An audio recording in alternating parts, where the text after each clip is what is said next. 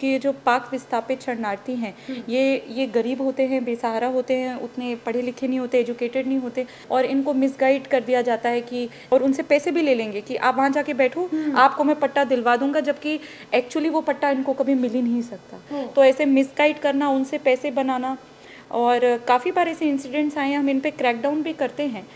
प्रशासन इसकी तरफ कोई कड़ा एक्शन लेने वाला हाल फिलहाल के? जी बिल्कुल, जैसे अभी हम इनसे टच में हैं और अगर ये हमें रिपोर्ट करते हैं कि किसी ने इन्हें बेवकूफ़ बनाने की कोशिश की है, definitely we will take action. जी, नोटिस भी नहीं दिया गया, बिना नोटिस के जाके बुलडोजर चला दिया टीना दाबी के। अब उन्हें हम क्या बताएं कि हम तो अप्रैल से नोटिस दे चुके हैं। अप्रैल से आप कह रही हैं कि नोटिस आपने दिया था, वही लोगों को अतिक्रमण बताया। हम एक ही महीने में दूसरी बार हटा रहे थे। अब ये फैक्चुअल पोजीशन है, but nobody wants to talk about this. Everybody is more interested कि वो बुलडोजर पहुंचा ही क्यों वहाँ पे। उसके बाद आपका सेकंड मतलब क्या, उनका एक्शन क्या था आपका सेकंड? हमने कहा कि भाई हम फिर से लैंड कोई चिन्हित करेंगे तो आप बोलोगे ये तो हमें पसंद नहीं आ रही है, ये तो ठीक नहीं है, तो आप लोग भी हमारे साथ ही रहो, आपको 4-5 ऑप्शंस दिखाते हैं, फिर जिसमें आपको अच्छा लगेगा we will go for it. Option दिखाया आपने लोगों को? यस, हम भी चाहते हैं कि आप अब यहाँ कुछ सपने लेके आए हो भारत में, तो आपके वो सपने साकार हों, आपको एक अच्छा वेलकम फील हो। ये नहीं कि अब आप मतलब बेसहारा हो तो ठीक है, पिटी वाली फीलिंग नहीं, आपको हम वेलकम फील कराएं। ये ट्रोल होते हैं जब आप, ठीक, जैसे अभी भी ये जब हुआ तो बहुत सारी ट्रोलिंग आपके बारे में, तो देखते हो कि अरे यार लोग मेरे बारे में ये भी बोल रहे हैं, ये भी बोल रहे हैं, ये भी बोल रहे हैं, तो उस पर क्या मन में भाव आता है? लोग आजकल जैसे ट्विटर हो या कोई भी सोशल मीडिया प्लेटफॉर्म हो, थोड़ा नेगेटिव तरफ जाने में बहुत ही इम्पेशेंट होते हैं और जल्दी पहुंच जाते हैं, इवन विदाउट नोइंग कि क्या एक्चुअली ग्राउंड सिचुएशन है। तिवारी, आप सभी का स्वागत करती हूँ दराज धर्म पर। फिलहाल मैं जैसलमेर में हूँ और जैसलमेर में एक ऐसे शख्सियत का मैं इंटरव्यू करने जा रही हूँ जो हमेशा चर्चों में रहती हैं। इस बार भी उनका चर्चों में आने का आप ये कहिए ये हुआ कि बुलडोज़र चला पाक विस्थापित हिंदुओं के घरों के ऊपर, लेकिन मैं जब पूरा एक दिन मैंने जैसलमेर में बिताया, उन पाक विस्थापित हिंदुओं के साथ जब मैंने बिताया, तो मुझे ये लगा कि ये बुलडोज़र चलना कहीं ना कहीं अच्छा हुआ। एक उनके लॉन्ग टर्म के लिए ये जो बुलडोज़र चला वो बहुत एक अच्छा मतलब हुआ, उनको एक लॉन्ग टर्म के लिए एक उनका परमानेंट आशियाना हो गया। मैं बात करने आज जा रही हूँ और आप लोगों के में ये जो हमारे दोनों के बीच में जो इंटरव्यू होगा इसको आप सुनिएगा, समझने का प्रयास कीजिएगा कि अगर कोई एडमिनिस्ट्रेटिव का आदमी अगर कोई एक्शन लेता है तो उसके पीछे एक बहुत बड़ा कारण होता है, उसको भी कहीं ना कहीं समझने का प्रयास करना चाहिए, बजाय इसके कि आप उससे पहले ही बहुत बड़ी धारणा आप सोशल मीडिया और आप ये कहें यूट्यूब, ट्विटर, इन सब के माध्यम से उस व्यक्ति और उस इंसान के बारे में बना लें। टीना जी, आपका बहुत बहुत स्वागत है राजधर्म पर। आपने ऐतिहासिक फैसला लिया। आप इस मुझे जहाँ तक खबर है कि ये भारत में कहीं पे भी नहीं हुआ है पाक विस्थापित हिंदुओं के लिए कि नॉन सिटीजन्स को भी रहने का आपने जगह मतलब अलॉट किया है। ये पूरी कहानी मैं आपसे जानना चाहूँगी, 16 मई से लेकर के आज तक की मैं पूरी दास्तान आपसे सुनना चाहूँगी। तो शुरुआत मैं करती हूँ 16 मई से। बुलडोज़र आपने उन 40 जो परिवार थे उनके घरों पे क्यों चलाया? जी, आपका बहुत बहुत धन्यवाद अर्चना जी। तो ये आप तो बात कर रहे हैं 16 मई की, ये एक्चुअली कहानी शुरुआत तो इसकी हुई थी अप्रैल से। अच्छा। तो हमारे यहाँ जैसलमेर में क्योंकि ये बॉर्डर ज़िला है तो पाक विस्थापित काफ़ी लोग जो आते हैं यहाँ पे शरण लेते हैं। तो ये जो परंपरा है कि काफ़ी पाक विस्थापित हमारे यहाँ आके बसने की ख्वाहिश रखते हैं, ये अभी से ही नहीं काफ़ी टाइम से चली आ रही है। और हमारे जैसलमेर ज़िले में ऐसे काफ़ी सारे स्थान हैं जहाँ पे काफ़ी सारे पाक विस्थापित लोग रह रहे हैं। कुछ लोगों को नागरिकता भी मिल गई है, कुछ लोगों को अभी नहीं मिली है। तो ऐसे काफ़ी सारे स्पॉट्स हैं पूरी सिटी में जहाँ पे लोग बसे हुए हैं और काफ़ी टाइम से बसे हुए हैं। ऐसे मुख्य तौर पर जैसे ट्रांसपोर्ट नगर है सिटी में एक स्पॉट है, अमर सागर में किशन घाट एक करके जगह है, वहाँ पे करीब 500 परिवार लगभग 2000 लोग, जैसा मैं आपको पहले भी बता रही थी कि वो रह रहे हैं। तो अब क्या है कि ये जो लोग वहाँ से आ रहे हैं इनमें से काफ़ी लोग उतने पढ़े लिखे नहीं हैं, काफ़ी लोग गरीब भी हैं, बेसहारा भी हैं। तो क्योंकि इनके लिए कहीं परमानेंट रहने की कोई जगह ना ही आवंटित थी, ना ही चिन्हित की गई थी प्रशासन द्वारा अब तक, तो काफ़ी बार क्या होता था, ये अपना घूमते घूमते कहीं पे भी बैठ जाते थे। अच्छा। कहीं पे भी अपना आशियाना बना देते थे। तो काफ़ी बार तो ऐसी जगह होती थी जहाँ पे किसी को आपत्ति नहीं होती थी, पर इस केस में जो कि अभी ये चर्चा में भी ये विषय आया, ये वो कुछ ऐसे स्थान थे जिसमें लोकल्स को काफ़ी विरोध था। तो हमें करीब 3-4 महीने से जो अमर सागर में वहाँ के लोकल लोग जो रह रहे हैं, जो कि मोस्टली माली समाज से हैं, उनका वहाँ पे बाहुल्य क्षेत्र है, तो उनके काफ़ी हमें कंप्लेंट्स रिसीव हो रही थी कि कुछ पाक विस्थापित शरणार्थी ऐसी स्थानों पे बैठ गए हैं जहाँ पे कुछ तालाब है पास में, तो उसका कैचमेंट एरिया आ रहा है, या कोई ऐसी यूआईटी की ज़मीन में बैठ गए हैं जो ऑलरेडी किसी और संस्था को अलॉटेड है। तो अप्रैल से ही यूआईटी जैसलमेर, जो अर्बन इम्प्रूवमेंट ट्रस्ट करके जो बॉडी है जिसकी ये लैंड्स आती हैं, वो इस पे कार्रवाई करने लग गई थी। और कार्रवाई में यही पता लगा कि वाकई ये जो ऐसे स्थान थे कि यहाँ पे कोई बस भी जाए तो फ्यूचर में उसमें ज़्यादा कुछ ऑप्शन नहीं बचेगा, क्योंकि या तो कोई कैचमेंट एरिया में आ रहा है कि आप अगर वहाँ बैठ भी गए तो उससे बस आगे चढ़ के समस्या ही आएगी कि पानी या तो रुक जाएगा वहाँ पे, या आप लोग आपके विरोध में आ जाएंगे, या आप मान लीजिए ऐसी जगह बैठ गए जो किसी और को आवंटित है तो उसके अपने डायनेमिक्स और प्रॉब्लम्स आ जाएंगी। तो ये देखते हुए 5 अप्रैल को पब्लिक नोटिस भी इशू किया यूआईटी ने कि अगर आप कोई ऐसे स्पॉट पे बैठ गए हैं जो यूआईटी का लैंड है और आप अगर इंक्रोचर हैं तो आप अपना कृपया करके इंक्रोचमेंट हटा लें। और उसके तत्पश्चात कार्रवाई भी हुई थी अप्रैल में, और इन्हीं कुछ लोगों को वहाँ से हटाया भी गया था। परंतु हटाने के कुछ दिन बाद, क्योंकि ऑफकोर्स उनको उतनी समझ भी नहीं होती, उतने वो पढ़े लिखे नहीं होते, तो वो दोबारा वहीं आके बैठ गए और फिर से वही अमर सागर का जो लोकल्स का विरोध था वो वापस से शुरू हो गया और हमें शिकायतें वापस से शुरू हो गई। तो दोबारा इनका चिन्हीकरण किया गया, इनको वापस समझाया गया, पर जैसा कि हम भी समझते हैं कि उन्होंने अब कुछ अपना वहाँ टेम्परेरी सेटलमेंट बना लिया था तो वो भी वहाँ से हटने के इच्छुक तो थे नहीं। प्रैक्टिकली ये प्रॉब्लम्स आती हैं तो वो नहीं माने। और जो आपने फिर कहा 16 मई को क्यों बुलडोज़र चला, तो 16 मई को इतनी कार्रवाई बाद वो बुलडोज़र चला। तो अब क्या हुआ कि उन्हें भी नाराज़गी हुई कि हम वापस बैठे, प्रशासन हमारी नहीं सुन रहा, वहाँ अमर सागर वाले कह रहे प्रशासन हमारा वो अतिक्रमण नहीं हटा रहा। तो एक ऑफिसर के लिए ये काफ़ी एक क्या कहते हैं कॉम्प्लिकेटेड सिचुएशन हो जाती है, बिकॉज आपको दोनों साइड्स बैलेंस करने हैं। आप उतने ही उनके भी रक्षक हैं और उतने ही उनके भी रक्षक हैं, आपको सबके इंटरेस्ट बैलेंस करने होते हैं। तो इस वजह से ये हुआ। अब ये जैसे ही हुआ तो बात तो बस मीडिया में, खास करके लोकल मीडिया में तो इतनी पूरी समझ थी क्योंकि लोकल मीडिया यहीं की है तो वो तो ये मैटर समझ गई थी, पर नेशनल मीडिया में उन्होंने इस बात की जल्दीबाजी कर दी कि पाकिस्तानी हिंदू का कुछ घर तोड़ दिया या कुछ बहुत उनके साथ अत्याचार कर दिए, वो उनका ज़्यादा फोकस रह गया। पर एक्चुअली जो मूल बात क्या थी और कब से ये इशू चल रहा है उस पर फोकस नहीं रहा और ये बात और उन्होंने बढ़ाई।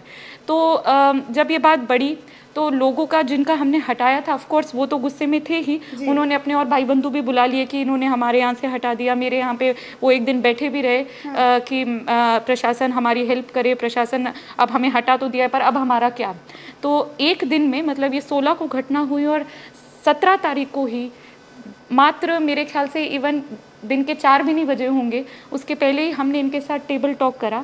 हमने इनसे पूछा कि आपकी क्या प्रमुख डिमांड्स हैं, तो इन्होंने कहा कि अब आपने हमें हटा दिया उसका तो अब कोई कुछ नहीं कर सकता, पर अब हम कहाँ जाएं और हमारे खाने पीने का क्या, और अब ठीक है अब आगे हमारा क्या, आगे हमारा तो ये जो तो ये जो 3 है ना कि अब आगे हमारा क्या, ये मेरे लिए बहुत बड़ा प्रश्न था कि अब मैं इस चैलेंज को कैसे टेकअप करूं। आप इस चैलेंज को कैसे टेकअप करो? नहीं, जैसे आपने मुझे अभी बताया कि इतनी सारी प्रॉब्लम्स आ रही थी, एक अधिकारी के लिए दोनों ही पलड़ों को देखना बहुत ज़रूरी होता है। मैं जब लोगों से बात कर रही थी दिल्ली से, जब मैं जैसलमेर आ रही थी तो कुछ लोगों से मैंने बात किया तो उन्होंने मुझे कहा जी नोटिस भी नहीं दिया गया, बिना नोटिस के जाके बुलडोज़र चला दिया। टीना दाबी के वो खूंखार बुलडोज़र वहाँ पे गए और जा करके पूरा ध्वस्त कर दिया। इस पर क्या जवाब देंगी आप? नहीं बिल्कुल, क्यों नहीं दिया? अब यही है कि मुझे लगता है थोड़ा आजकल मीडिया जो है थोड़ा नेगेटिव चीज़ों को हाईलाइट करने में ज़्यादा और फैक्चुअल चीज़ें शायद कहीं पीछे छूट जाती हैं। अब उन्हें हम क्या बताएं कि हम तो अप्रैल से नोटिस दे चुके हैं और काफ़ी बार जब अतिक्रमण हटता भी है तो ऐसा नहीं होता कि कोई बुलडोज़र लेके खुद पहुंच जाता है।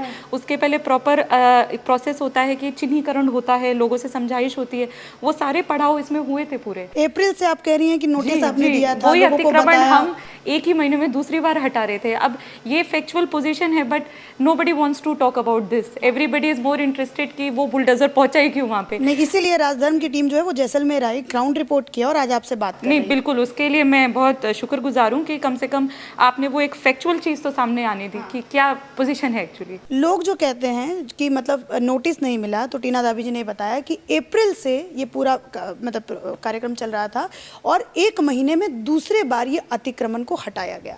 अब मैं दूसरे सवाल पे आती हूँ टीना जी कि जब आपने मतलब ये उनका घर ध्वस्त हो गया तो उसके बाद आपका सेकंड मतलब क्या उनका एक्शन क्या था आपका सेकंड? थैंक यू अर्चना जी। वही जो जब हमारी इनकी आमने सामने बैठक हुई तो जैसा कि मैंने कहा कि इमीडिएट डिमांड तो ये थी कि अभी हम कहाँ जाएं। तो क्योंकि गवर्नमेंट के पास शेल्टर होम्स होते हैं जिनको हम रैन बसेरे कहते हैं हिंदी में, तो शेल्टर होम्स हमारे पास थे, पास में ही हमारी इंदिरा रसोई चल रही थी। तो हमने कहा बिल्कुल आप हमारे गेस्ट हैं, आप जैसे मैंने कहा मैं आपके भी रक्षक हूँ उनके भी रक्षक हूँ, तो मैं आपके भी इंटरेस्ट को उतना ही प्रोटेक्ट करूँगी। और तुरंत ही हमने उनकी बढ़िया खाने पीने की व्यवस्था करी और पिछले 7 दिवस से हमारे यहाँ पे ही वो रह रहे हैं और हमारे यहाँ ही हम 3 टाइम का उन्हें खाना दे रहे हैं, 2 टाइप का चाय दे रहे हैं।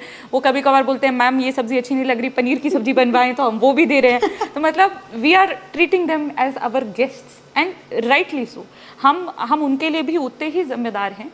और जो उनका तीसरा था कि मैम अब हमारा आगे क्या होगा, हमारा क्या भविष्य है, हम पाकिस्तान से अगर आए हैं तो हम यहाँ कुछ सपने लेकर आए हैं, तो अब हमारा क्या। ठीक है हम अतिक्रमी थे, आप भी अपने रूल से बाउंड हो, आपने हमें हटाया, पर अब हमारे लिए आगे क्या। तो ये हमारे लिए चुनौती थी, पर हमने इसको हेड ऑन लिया। मीडिया में ये इशू हाईलाइट भी हुआ, तो इसका ये तो एक इससे लाभ निकल के आया कि हमने भी इसको बहुत टाइम बाउंड फैशन में इस बात को लिया और इसको एक मिशन की तरह एक्सेप्ट किया। और हमने उनको कमिटमेंट दिया कि 7 दिवस में आपको हमने वहाँ से हटाया क्योंकि वो लैंड आपके लिए सूटेबल नहीं था, पर अब हम आपको सूटेबल लैंड देंगे। और उसके बाद आपने ऐतिहासिक फैसला कर दिया। बिल्कुल। तो जहाँ 7 दिवस हमने कहा अब आप बैठो, खाना पीना करो, रेस्ट करो, now we will take over. तो हमने हमारी यूआईटी टीम 7 दिवस लगी, हमने काफ़ी सारे लैंड्स देखे। इनके कुछ रिप्रेजेंटेटिव्स थे, जैसे जो हमारा एनजीओ है सीमांत लोक संगठन हिंदू सिंह सोडा, जिसे आप भी वाकिफ़ हैं, वो भी हमारे साथ जुड़े रहे। तो उनके भी लोग हमारे साथ रहे कि हमने कहा कि भाई हम फिर से लैंड कोई चिन्हित करेंगे तो आप बोलोगे ये तो हमें पसंद नहीं आ रही है, ये तो ठीक नहीं है, तो आप लोग भी हमारे साथ ही रहो, आपको 4-5 ऑप्शंस दिखाते हैं, फिर जिसमें आपको अच्छा लगेगा we will go for it. Option दिखाया आपने लोगों को? Yes, wow. हमने कहा कि हम अपनी तरफ से तो 4-5 प्रपोज करेंगे, अब जिसमें आप भी खुश, क्योंकि हम भी चाहते हैं कि आप अब यहाँ कुछ सपने लेके आए हो भारत में, तो आपके वो सपने साकार हों, आपको एक अच्छा वेलकम फील हो। ये नहीं कि अब आप मतलब बेसहारा हो तो ठीक है, एक पिटी वाली फीलिंग नहीं, आपको हम वेलकम फील कराएं। तो हमने उनको बाकायदा, हमको 2-3 दिन लगे 3-4 स्पॉट्स ढूंढने के लिए, और फिर अगले 3-4 दिन हमने उनको दिखाई वो विभिन्न लोकेशंस, और फिर जहाँ पे इनकी एग्रीमेंट बैठा, रजामंदी बैठी हमारी, वहाँ पे हमने उनको कह दिया okay.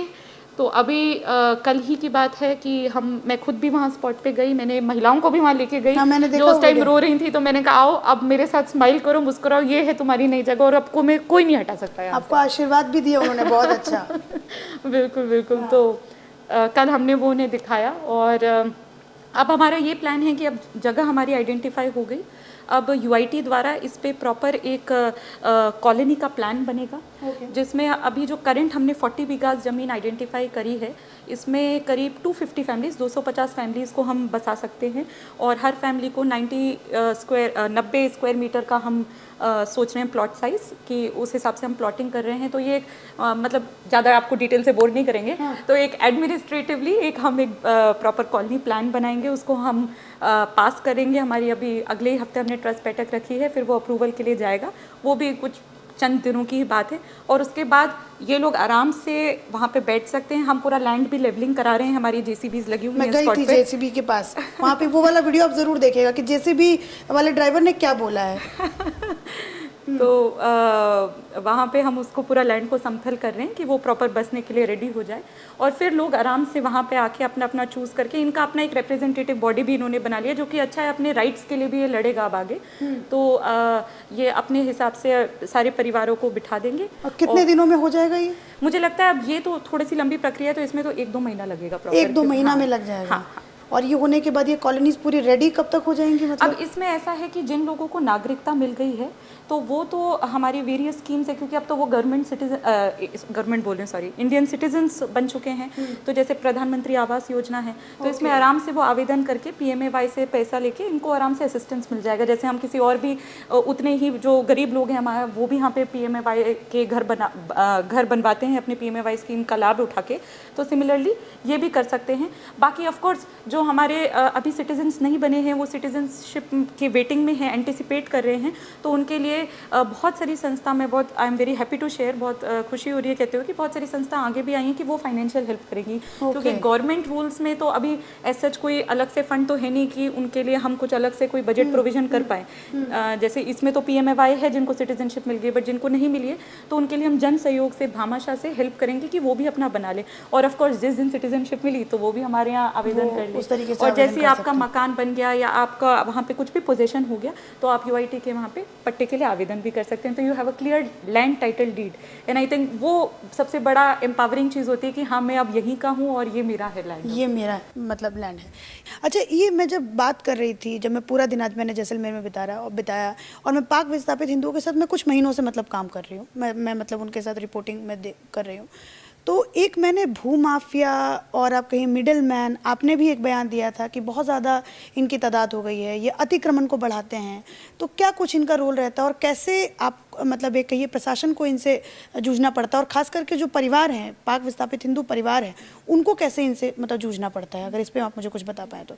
Unfortunately anti social activities जैसे भूमाफिया टाइप है, ये भी चलता ही रहता है। और इसमें दिक्कत ये होती है कि क्योंकि ये जो पाक विस्थापित शरणार्थी हैं, ये गरीब होते हैं, बेसहारा होते हैं, उतने पढ़े लिखे नहीं होते, एजुकेटेड नहीं होते, तो ये इनसे इन्फ्लुएंस ज़्यादा हो जाते हैं। और इनको मिसगाइड कर दिया जाता है कि जैसे ये भी वही इशू था कि कुछ लोग ऐसे खतरे पे बैठे थे जो लैंड ही किसी और को आवंटित थी।